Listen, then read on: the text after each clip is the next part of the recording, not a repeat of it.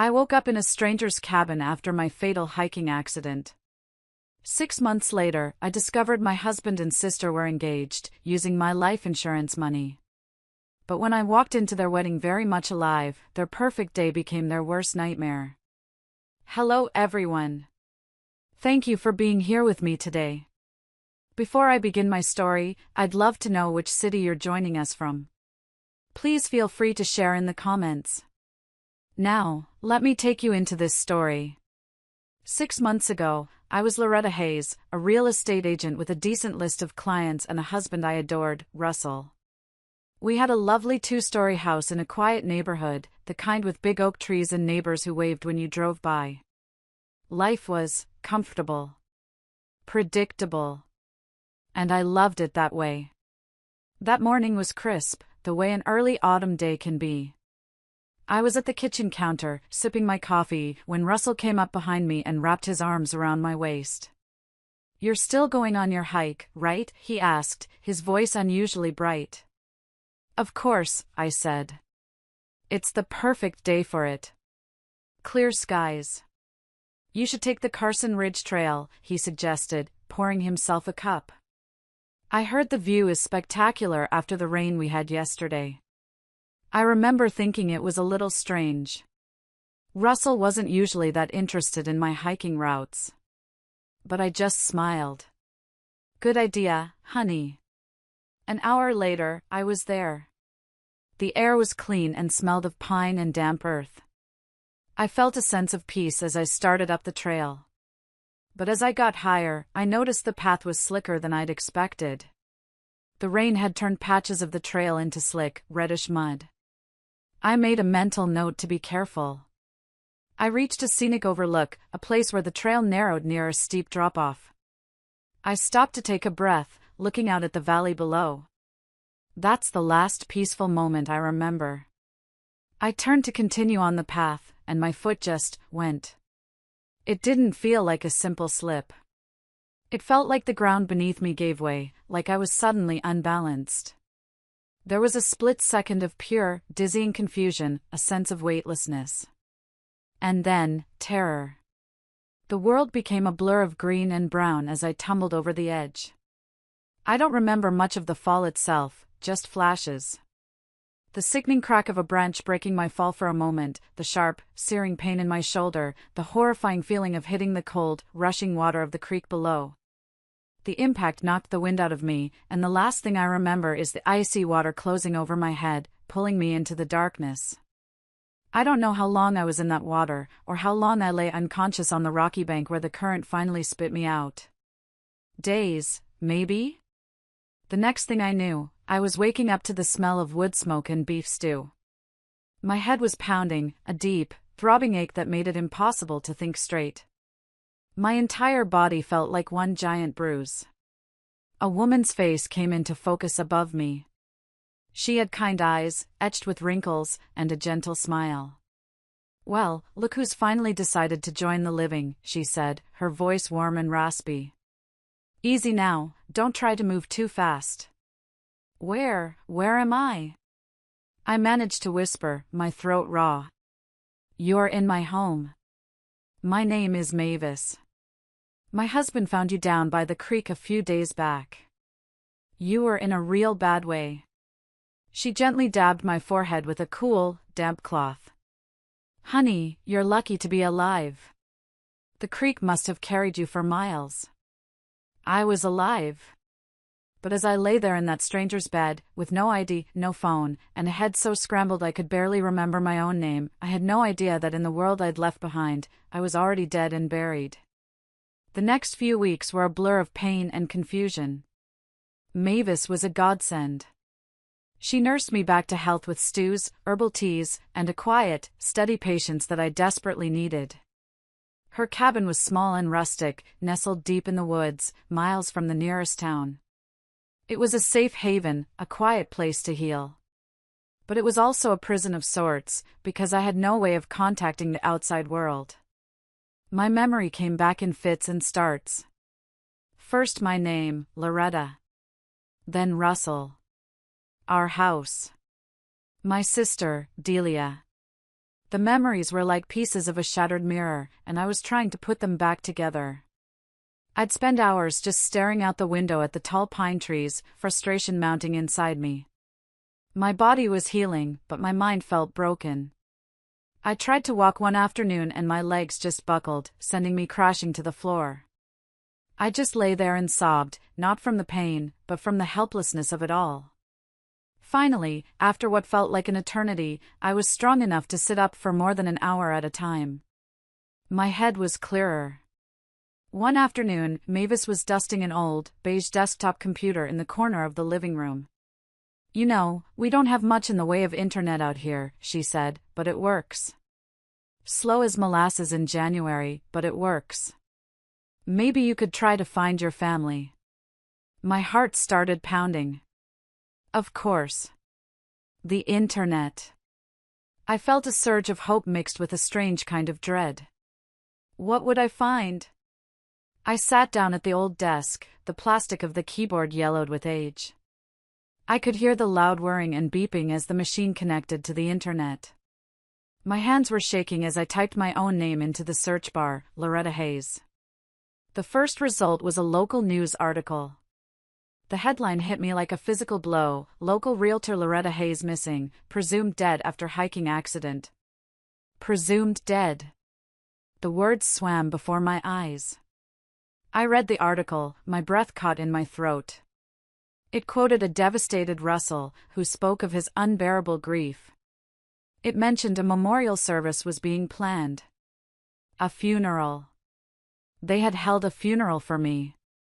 I felt a wave of dizziness. But I kept scrolling. There were pictures of me, articles about the search efforts that had eventually been called off. And then I saw it. An article from a local society blog, posted just a few weeks ago. The headline was sickeningly cheerful: "A new beginning, Andre Hayes finds love after tragedy." My blood ran cold. I clicked the link. And there it was. A picture of Russell, my husband, smiling. His arm was wrapped around my sister, Delia. She was beaming, her hand held up to show off a glittering diamond ring on her finger. The article was short and sweet. It talked about how they had found solace in each other's arms during their shared grief. It announced their engagement, just 3 months after my disappearance. 3 months. I didn't realize I was still holding the ceramic mug of tea Mavis had given me until it slipped from my numb fingers. It hit the wooden floor and shattered, the sound echoing the complete and utter destruction of my world. Mavis rushed in. "Loretta? Honey, what is it?" I couldn't speak. I just pointed a trembling finger at the screen.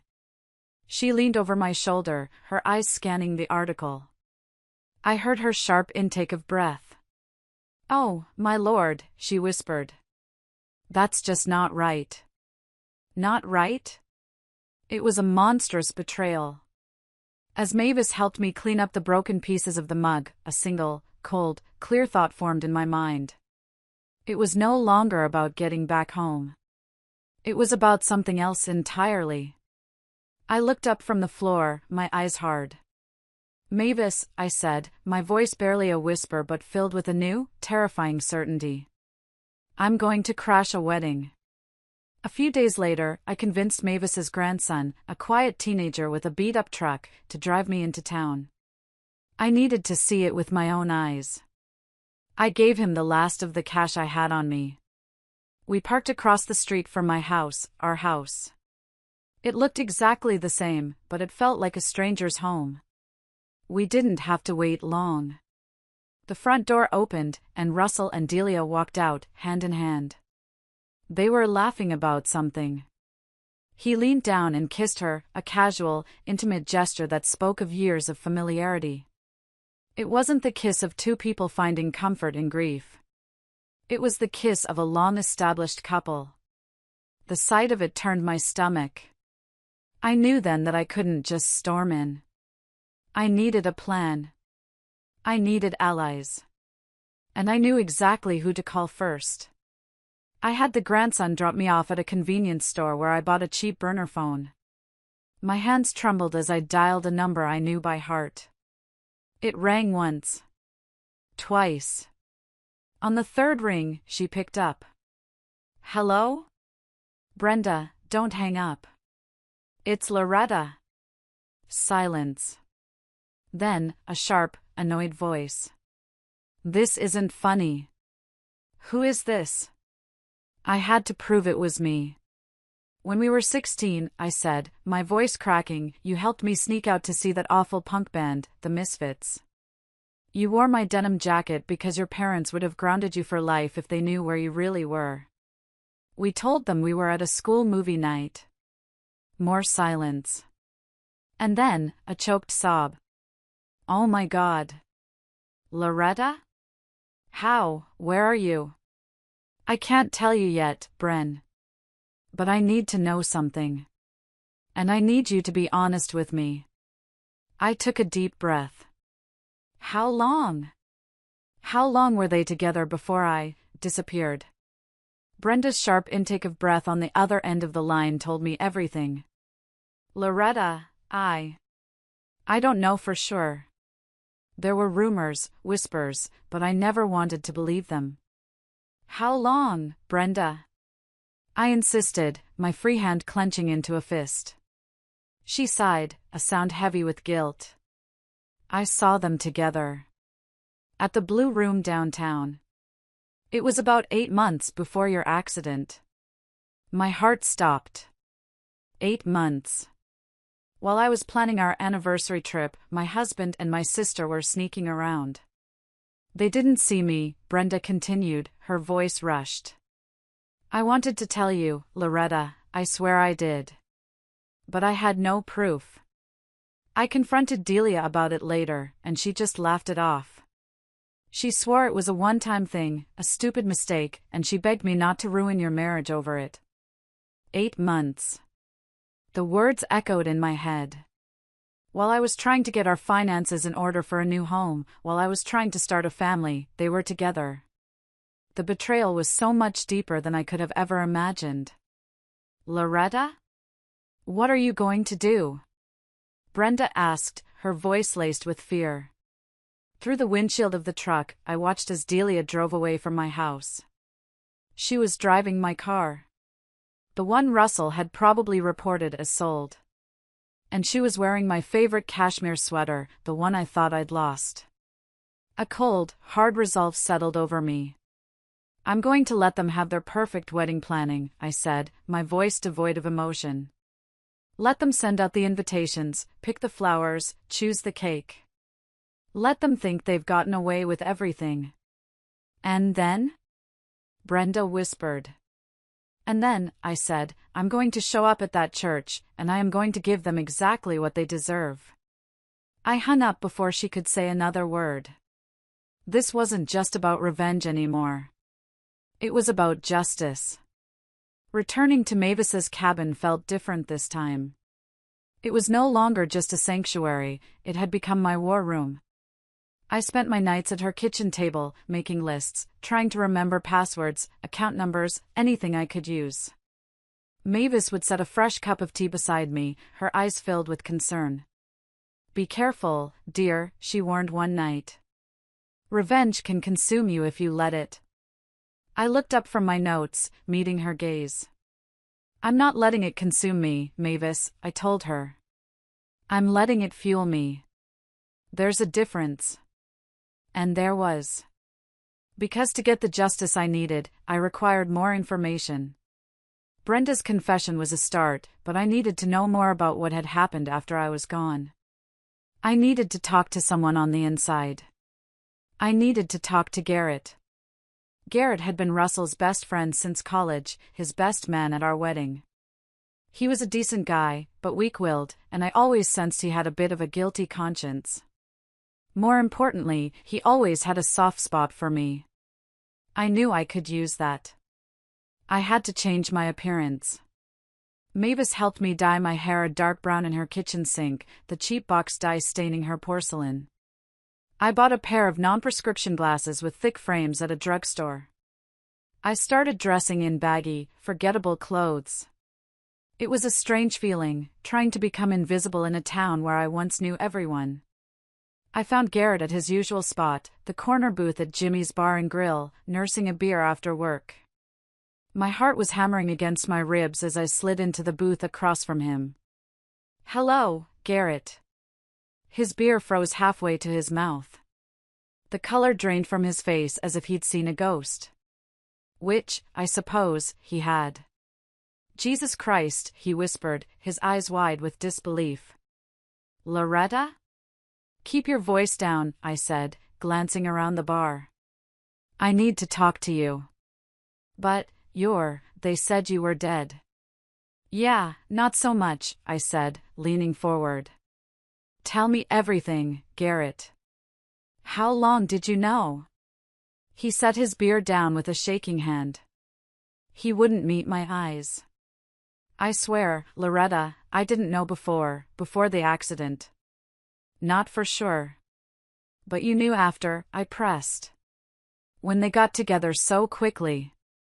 He rubbed his face, looking exhausted. "Look, Russell told me there had been something going on, but he said it was over. He told me that about a year before you disappeared. He said it was a mistake, that he ended it." He finally looked at me, his eyes pleading. I believed him. "And after I was gone?" It was like they didn't even try to hide it anymore," he admitted, his voice low. "I confronted him once, told him to come clean, to respect your memory. But you never told anyone else, did you?" "I'm sorry, Loretta." "I should have," he mumbled, looking down at his hands. A waitress approached, and I pulled my baseball cap lower, ordering a whiskey, neat. I was going to need it. After she left, Garrett leaned in closer. "There's more," he said, his voice barely audible. "About your house. Your money." My gut clenched. "What about it?" "Russell, he used your life insurance payout to clear his gambling debts." The words hit me like a punch. Gambling debts? I never knew he had any. "And now," Garrett continued, his voice full of disgust, "he and Delia, they're using what's left to plan this ridiculous, over-the-top wedding. It's your money, Loretta. They're using your death to fund their new life together." The whiskey arrived. I downed it in one fiery gulp. The burn was a welcome distraction. "Show me proof," I demanded. Garrett pulled out his phone. He showed me screenshots of bank statements he'd managed to get, text messages he'd been copied on. Evidence of their betrayal, laid bare in pixels and numbers. They were planning to start a real estate development company with the rest of my money. It was all there. The blatant, shameless theft of my life. "And my mother?" I asked, dreading the answer. "Is she really okay with all of this?" Garrett's expression said it all. "Judith? She's been helping them plan the whole thing. Says it's what you would have wanted, for them to be happy." The betrayal from my own mother felt like a physical blow. I stood up, my chair scraping against the floor. I had to get out of there. I turned to leave, my mind reeling from the financial betrayal, the sheer audacity of it all. But then Garrett grabbed my arm, his grip surprisingly strong. "Wait," he said, his face pale. "Loretta, there's something else. Something you need to know." I paused, a cold feeling creeping up my spine. "What?" "It's about the day you went hiking." My heart stopped. "What about it?" He swallowed hard, his eyes darting around the bar as if he was afraid of being overheard. Russell, he knew about that trail. He knew how dangerous it was after a heavy rain. We talked about it a few weeks before, after a buddy of ours slipped and broke his ankle up there. The air in my lungs turned to ice. My memory flashed back to that morning. Russell, so cheerful, so insistent. "You should take the Carson Ridge Trail, the view is spectacular after the rain." He's the one who suggested you go there that morning, isn't he? Garrett's voice was barely a whisper, but the accusation hung in the air like a death sentence. The implications hit me like a wave of ice water. This wasn't just an affair. This wasn't just theft. Had my accident been arranged? The thought was so monstrous, so unthinkable, that for a moment I couldn't breathe. "Do you have proof of that, too?" I asked, my voice dangerously quiet. Garrett nodded slowly, his eyes filled with a mixture of fear and grim certainty. He texted me that morning, asking if I thought the trail would be slick enough. I didn't think anything of it at the time, I thought he was just concerned. But then, later, Delia texted him, and I think he accidentally copied me on the thread. My whole body went rigid. "Send them to me," I said, my voice like steel. I scribbled the number for my burner phone on a napkin and pushed it across the table. "Send me everything you have. Every screenshot, every statement. Everything." "Loretta, what are you going to do with it all?" he asked, his face a mask of worry. I managed a smile, but I knew there was no warmth in it. "I'm going to give them the wedding day they deserve." I walked out of the bar and into the drizzling rain. My mind was racing, trying to process the enormity of what I had just learned. If Russell had deliberately sent me to that trail, knowing how treacherous it was, this was attempted murder. My phone buzzed in my pocket. A new message. It was from Garrett. He had already sent the files. I ducked under the awning of a closed shop, my hands shaking as I opened the first image. It was a screenshot of a text message thread. My blood ran cold as I read the words. "Russell, trail should be slick enough after the rain. Make sure she goes alone. Delia, are you sure about this? Russell, it's the only way we can be together. Trust me." I had to lean against the cold brick wall for support. My knees felt weak. They hadn't just betrayed me. They hadn't just stolen from me. They had tried to kill me. All for money. All so they could be together without judgment. I closed the messages, a terrifying calm washing over my shock. The old Loretta, the trusting, naive wife and sister, had truly died on that mountain. The woman standing in the rain, staring at the proof of her own attempted murder, was someone entirely new. And she was about to learn that karma, when it finally arrives, has perfect, deadly aim. The next step was to bring my allies together. I arranged a meeting with Brenda at a quiet coffee shop 2 towns over, a place where no one would recognize me. When she saw me, she burst into tears, hugging me so tight I could barely breathe. "I can't believe it's really you," she sobbed. "I thought I was going crazy when you called." "I'm sorry for disappearing on you, Bren," I said, guiding her to a corner booth. But I needed time to gather evidence. I pulled out my phone and showed her the text messages from Garrett.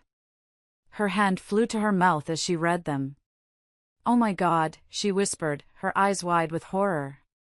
"Loretta, they planned it. The whole thing." "It looks that way," I said, my voice grim. "But I need more." Before she could respond, a man in a dark suit approached our table. My heart jumped into my throat until I saw Brenda relax slightly.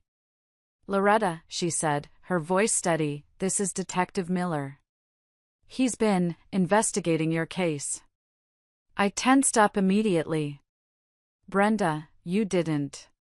"It's okay," Detective Miller said, his voice calm and reassuring as he slid into the booth. "Your secret's safe. Frankly, Ms. Hayes, I've been suspicious of your husband and sister from the start. The timeline of their engagement, the quick insurance payout, it never sat right with me. But I couldn't prove anything." He pulled out a small recorder. "And now, I'd like to hear your story." So I told them everything.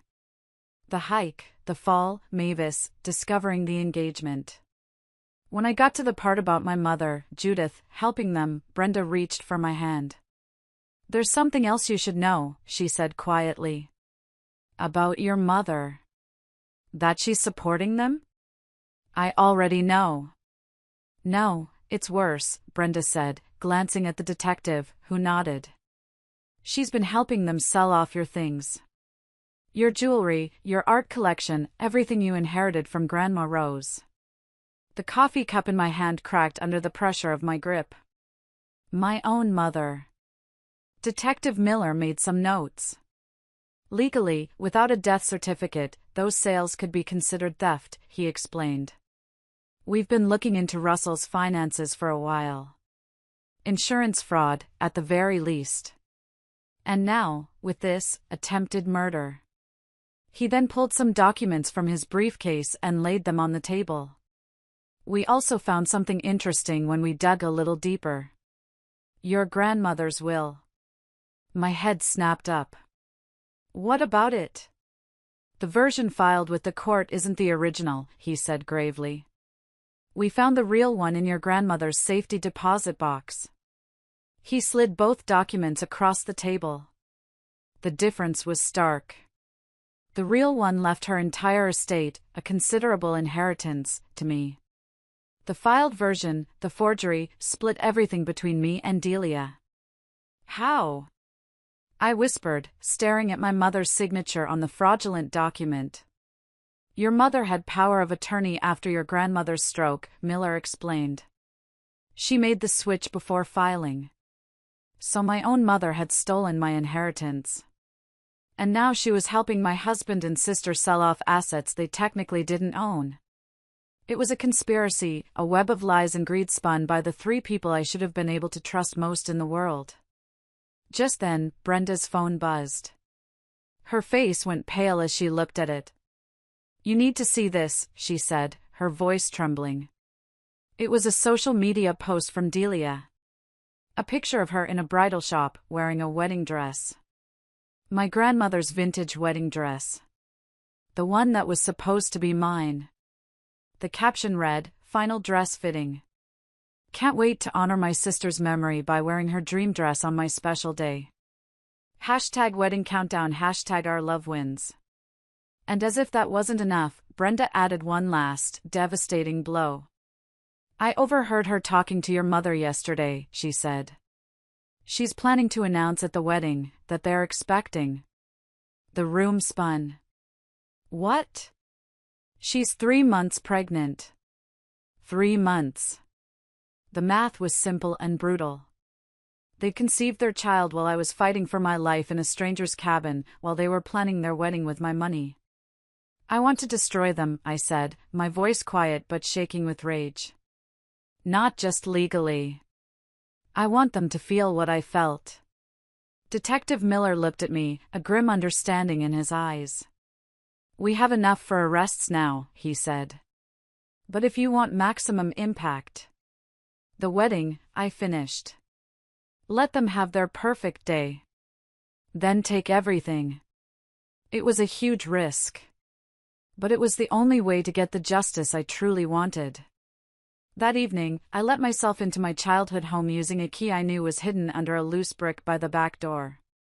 The house felt alien. Photos of Russell and Delia were everywhere, replacing the ones that used to have me in them. I walked into the darkened kitchen and sat at the table, waiting. An hour later, the door opened and my mother, Judith, came in, humming to herself. She flipped on the light switch, and the humming stopped abruptly. She clutched her chest, her purse dropping to the floor with a thud. Jesus, she gasped. Loretta! You can't keep doing that. Sit down, Mother, I said, my voice flat. We need to talk. About Grandma Rose's will. Her face went pale. I don't know what you're talking about. I slapped both versions of the will onto the kitchen table. The real one, and the forgery. Want to explain this? She stared at the papers, her composure crumbling. Where did you get those? It doesn't matter where I got them. What matters is what happens next. I pushed the real will toward her. You're going to help me, or I'm taking this to the district attorney. You will go to prison. You wouldn't, she stammered. I'm your mother. And Delia is my sister, I shot back. That didn't stop either of you from trying to kill me and steal my life.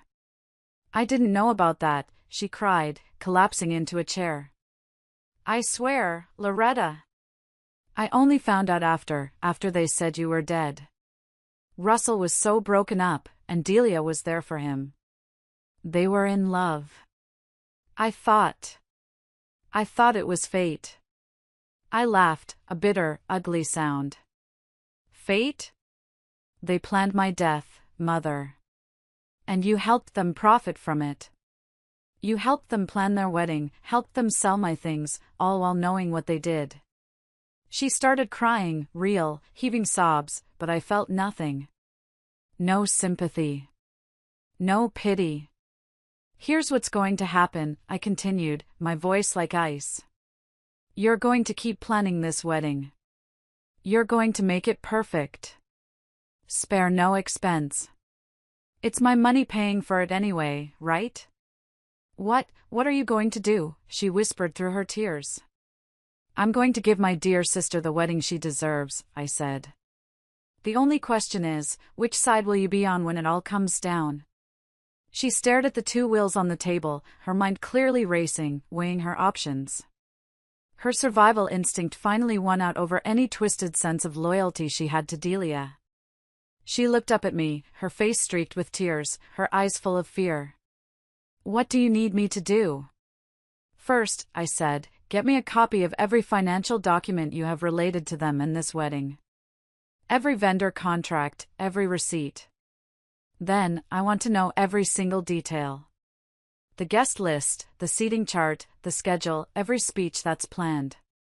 And if I do all this? She asked, her voice trembling. Then maybe, just maybe, I said, standing up to leave, you won't spend your retirement in a prison cell. As I walked out the back door and into the cool night air, I heard her pick up the phone. Her voice, miraculously composed, floated through the open window. Delia, darling? It's Mom. I've had the most wonderful idea for your wedding entrance. The trap was set. All the pieces were falling into place. The wedding rehearsal was in full swing when I slipped into the church's choir loft, Brenda right behind me. From our hidden vantage point, I watched the grotesque parody of my life unfold below. No, Delia, darling, my mother called out, her voice echoing in the cavernous space. She was playing her part perfectly. You need to pause longer at the third pew. That's where the photographers will have the best angle. Delia, wearing a sundress that was already straining to conceal her growing belly, practiced her walk again. Russell stood at the altar, beaming at her. He looked at her with the same adoring expression he used to reserve for me. The sight of it made me sick. They seem nervous, Brenda whispered, handing me a pair of binoculars. Especially Delia. Good, I said, focusing the lenses on them. Just then, my phone buzzed. It was Detective Miller. FBI team in position. All accounts flagged.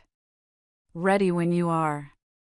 Down below, Delia was having what looked like a heated, whispered argument with my mother. I could just make out her words. I can't do this, Mom.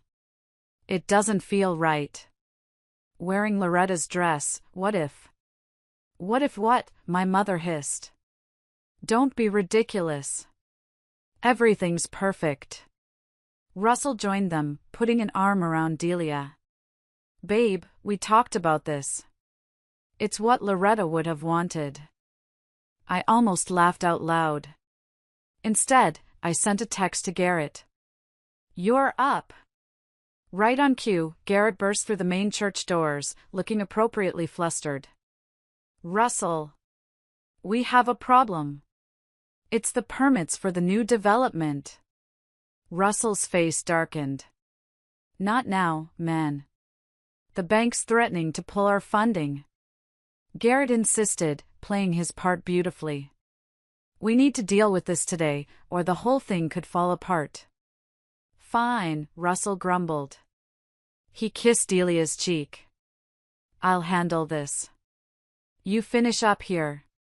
After they left, Delia sank into a pew, her head in her hands. My mother patted her shoulder awkwardly. I'll go get you some water, she said, hurrying away. It was the opening I'd been waiting for. Stay here, I whispered to Brenda.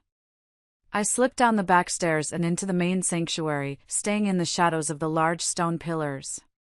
Delia was alone, muttering to herself. This is wrong, this is all wrong. Having second thoughts, sister dear? I said, my voice echoing slightly in the empty church.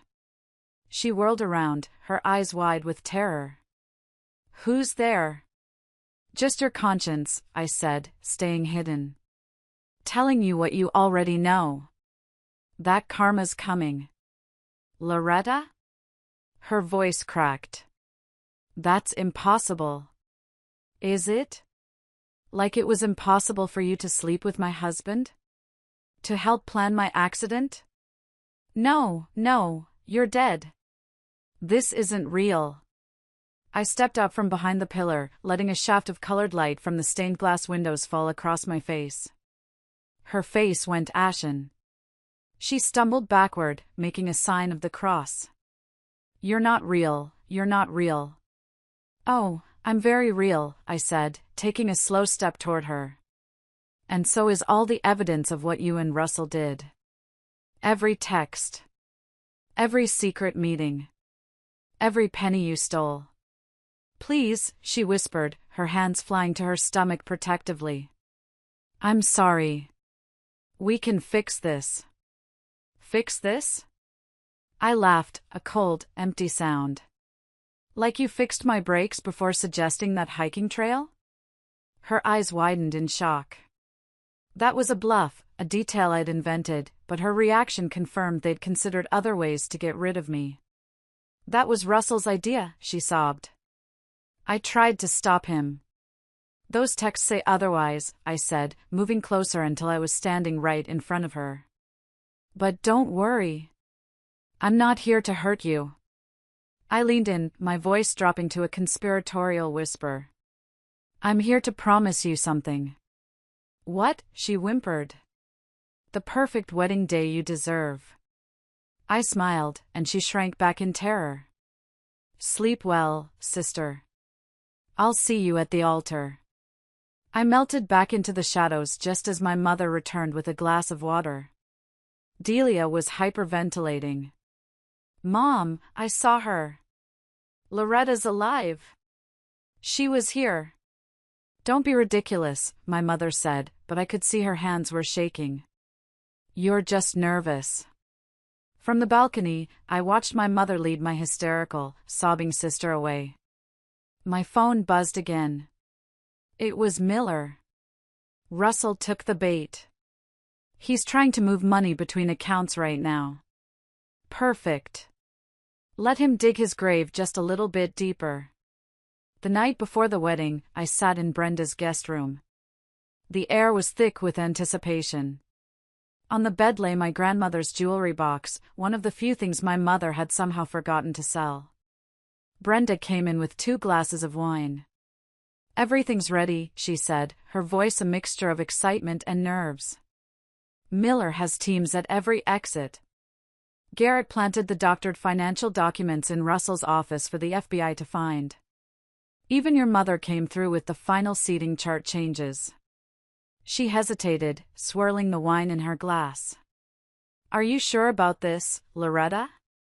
It's going to destroy them. Completely. I opened the jewelry box and pulled out my grandmother's sapphire ring, the one I was supposed to wear on my wedding day. They tried to kill me, Brenda, I said, my voice low and steady. They stole my life, my money, my future. Tomorrow, they're going to know exactly how that feels. Just then, my phone rang. The screen displayed Delia's name. We both stared at it. Answer it, Brenda urged. Find out what she wants. I put the phone on speaker. Hello, sister. Loretta, she slurred, her voice thick with alcohol and tears. I knew it was you in the church. I'm not crazy. Having some pre-wedding jitters? I asked coldly. Please, she started crying, a desperate, pathetic sound. Don't do this. Whatever you're planning for tomorrow, just don't. And why shouldn't I? Because I'm pregnant, she sobbed. Please, Loretta. Think about your niece. Or nephew. I gripped the phone tighter, my knuckles turning white. You mean the baby you conceived with my husband while I was supposedly dead? The baby you planned to raise on my stolen inheritance? I love him, Loretta. We never meant to hurt you. Really? Those text messages about the hiking trail suggest otherwise, I snapped. There was a moment of silence, then she whispered, that was Russell's idea. He said it would look like an accident. That we could be together without anyone judging us. I was weak, I was stupid, but I've been paying for it every day. I see you everywhere, Loretta. In my dreams, in mirrors. I can't escape what we did. Good, I said, twisting my grandmother's ring on my finger. Then tomorrow should feel very familiar. I hung up as she started pleading again. She sounds terrified, Brenda said, watching me carefully. She should be, I replied, walking over to a garment bag hanging on the back of the door. I unzipped it, revealing my grandmother's original wedding dress. The real one. Brenda gasped. How did you get that?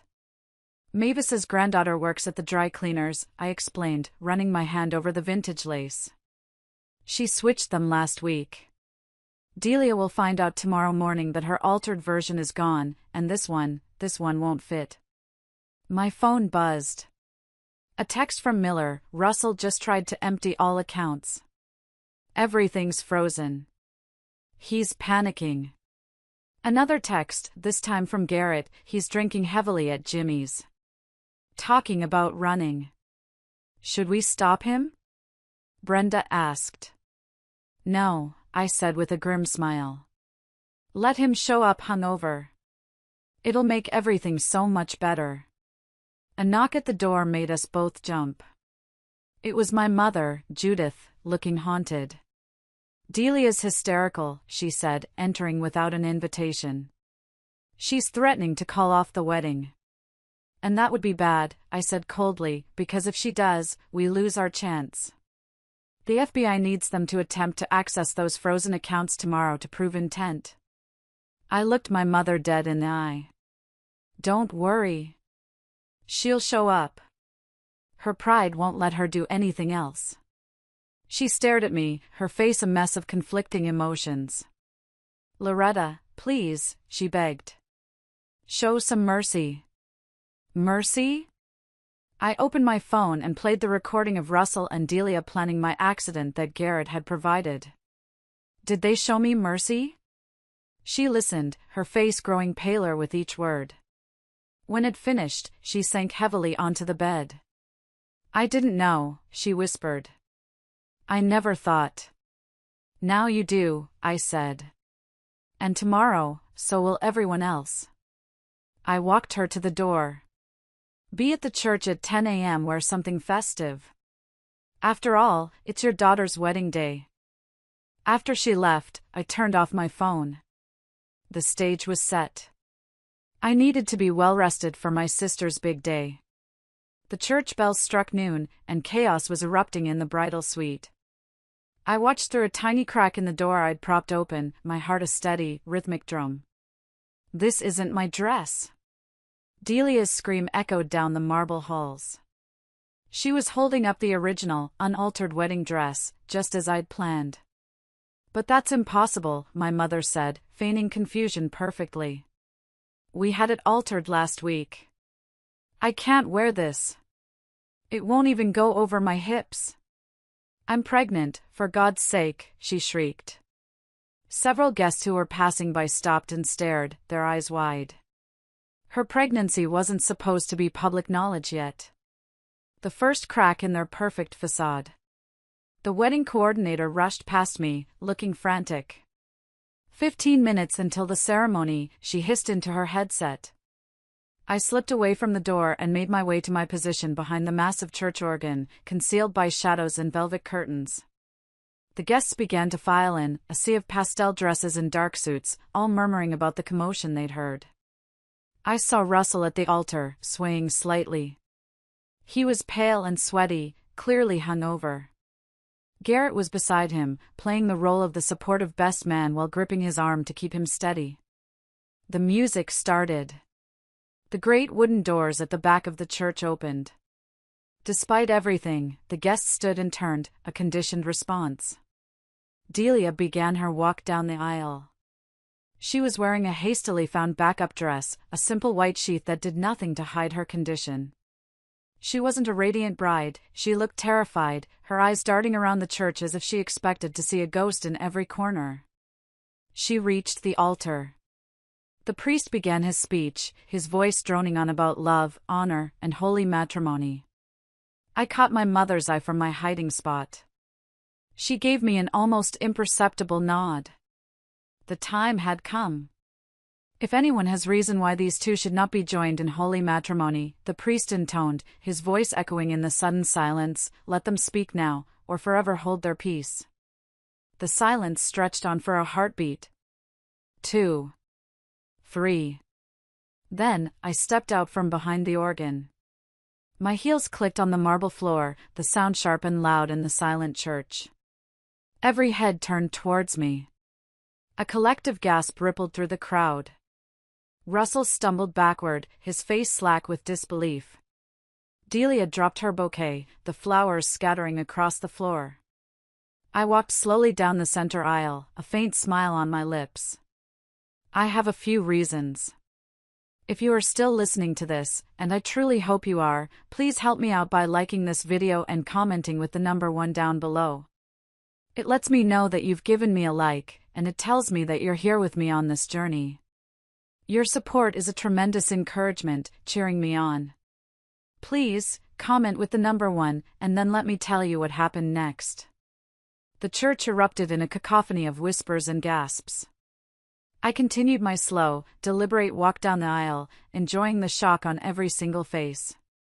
Sorry I'm late, I said, my voice clear and steady, carrying easily through the stunned silence.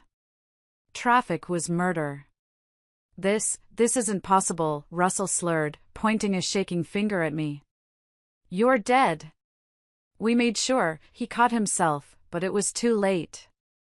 His words, his accidental confession, hung in the air, damning him completely. You made sure? I asked, raising an eyebrow as I reached the front of the church. Like you made sure the hiking trail was slick after the rain? Like you made sure I went alone? Loretta, please, Delia whispered, sinking to her knees, her face a mess of tears and runny mascara. Not here. Why not here, Delia? I asked, my voice rising. It's my church, too. My grandmother's dress you tried to wear. My money that's paying for all of this. I gestured around at the extravagant floral arrangements and the stunned guests. And my husband, I said, turning to lock eyes with Russell, that you're trying to marry. As if on cue, the main doors of the church swung open again. Detective Miller entered, followed by 2 uniformed officers and 2 FBI agents in dark suits. Speaking of money, I continued, my voice ringing with authority, Russell, would you like to explain to everyone how you've been spending my life insurance payout? Or how you paid off your gambling debts? Or should we just ask the FBI's Financial Crimes Unit? Panic flashed in Russell's eyes. He bolted, making a run for the side door. But the agents were faster. They tackled him before he made it halfway, cuffing him as he struggled and cursed. And Delia, I said, turning to my sister, who was now just a crumpled heap on the floor. Should we tell everyone about the text messages? About how you helped plan my accident? I didn't. I never meant to, she sobbed. Show them, I called out to Brenda, who was up in the choir loft. The large video screen that had been set up to display wedding photos flickered to life. But instead of smiling pictures of the happy couple, their own words appeared in giant, damning text. Trail should be slick enough. Make sure she goes alone. Are you sure about this? It's the only way we can be together. Trust me. The crowd gasped as they read. The whispers turned into shouts of outrage. My mother, seeing her world collapsing, stood up. Loretta, that's enough. Enough? I turned to her. Like how you forged Grandma's will to steal my inheritance was enough? Don't worry, Mother. The FBI has some questions for you, too. 2 officers moved towards her, and she fainted dead away into the pew. Delia vomited into a decorative plant. The whole scene was a beautiful disaster. You see, I addressed the stunned guests, my voice filled with the righteous fury I had held back for so long. This was supposed to be my happy ending. My husband, my house, my family. But they tried to kill me for it instead. The agents were now leading a handcuffed Russell back down the aisle. We can explain, he shouted desperately. Oh, you'll have plenty of time to explain, I said calmly. To the FBI, to the DA, to a jury. I walked over to the collection plate by the door, where the agents were holding him. I pulled my grandmother's sapphire ring from my finger. Remember how you always said I was too trusting, too naive? I looked him straight in the eye. Turns out, I learned from the best about betrayal. I dropped the ring into the brass plate. It landed with a soft clink. Consider it a donation, I said to the priest who was staring, dumbfounded. God knows you both need the prayers. As they were led away, a crying, handcuffed Delia and a struggling, swearing Russell, Brenda appeared at my side. Was it worth it? She asked softly. I watched as the police cars pulled away, their sirens beginning to wail. I saw the reporters who had been tipped off rushing in, their cameras flashing. I looked at the toppled wedding cake, a perfect metaphor for the day. They tried to steal my life, I said, straightening my jacket. I'd say this was exactly what they deserved. The courthouse steps were crowded with reporters as Russell and Delia were led out in handcuffs after their sentencing a few months later. I watched from across the street, sipping coffee with Brenda and Detective Miller. 15 years each, Miller said, taking a sip of his own coffee. Plus full restitution of all stolen assets. The DA said it was one of the easiest convictions she's ever gotten, especially after Russell tried to blame everything on Delia during the trial. I watched my sister stumble on the steps. Her baby bump was more visible now, though prison uniforms weren't particularly flattering. She was set to be transferred to a different facility with a maternity ward. The thought of that baby, my niece or nephew, being born in prison, was a complicated one. I tried not to think about it too much. What about my mother? I asked. House arrest and supervised probation, given her age and failing health, Miller checked his notes. She had to sell her house to pay back the estate she defrauded. Your full inheritance has been restored. He handed me an envelope. The FBI finished processing your accounts. That's everything they stole, plus interest and civil penalties. The number inside made me blink. I was a wealthy woman, but the money felt secondary. Just then, Garrett jogged up to our table. He testified against Russell and was now trying to rebuild his own life. You need to see this, he said, handing me his phone. My mother, looking frail and old, was giving a televised interview from her living room. I failed both my daughters, she said, her voice weak. I chose the wrong side, believed the wrong stories. If Loretta never forgives me, I'll understand. Turn it off, I said, handing the phone back. I'd heard enough apologies. Have you heard from Delia? Brenda asked gently. Just letters. Saying she's sorry, over and over. She asked to see me. And? No, I said firmly, watching the last police car pull away. She lost that right when she helped plan my murder. Some things don't deserve forgiveness. I stood up, feeling a sudden restlessness. The anger that had fueled me for months had cooled, leaving a strange kind of emptiness in its place. I'm tired, I admitted. Tired of being angry. Then stop, Brenda said, squeezing my hand.